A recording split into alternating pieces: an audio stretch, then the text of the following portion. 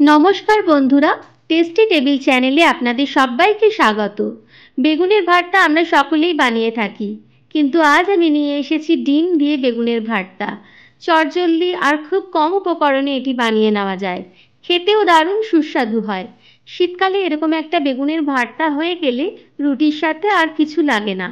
চলুন দেখে নেওয়া যাক আমার আজকের রেসিপিটি। বেগুনের ভর্তা বানাতে যেটা প্রথমেই লাগবে সেটা হলো কম বিচিওয়ালা বেশ বড় সাইজের একটি বেগুন। শীতকালের বেগুনেই এটি বেশি ভালো হয়।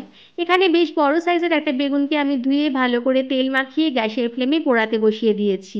ভালো করে দুপাশ পোড়ানোও হয়ে গেছে।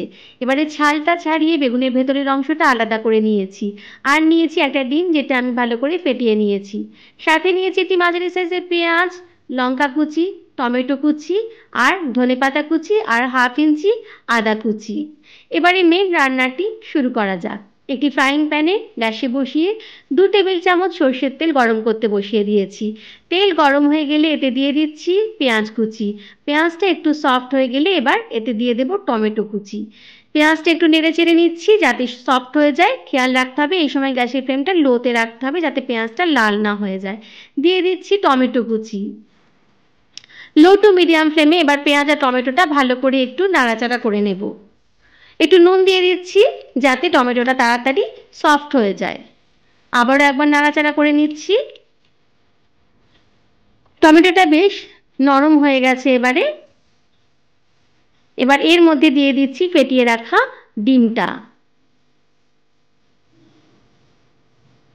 ডিমটা দিয়ে আবারও ভালো করে নাড়াচাড়া করে নিচ্ছি যাতে ডিমটা বেশ টুকরো টুকরো হয়ে যায়। দিয়ে দিচ্ছি আদা কুচি আর লঙ্কা কুচি। আরও একবার ভালো করে নাড়াচাড়া করে নিচ্ছি। এবার দিয়ে দিচ্ছি বেগুনটা। ভালো করে নেড়ে চেড়ে বেগুনটা সব মশলার সাথে ভালো করে মিশিয়ে নিচ্ছি।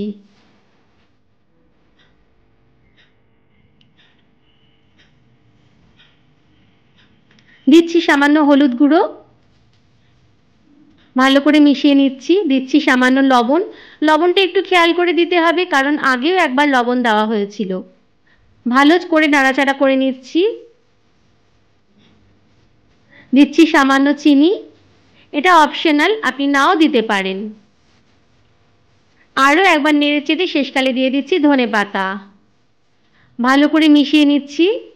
রান্নাটি কিন্তু একদম রেডি। এবার একটা ঢাকা দিয়ে স্ট্যান্ডিং টাইমে রেখে পরিবেশন করুন বেগুনের ভর্তা। শীতকালে রুটির সাথে এরকম একটি পদ হয়ে গেলে আর কিছুই লাগে না।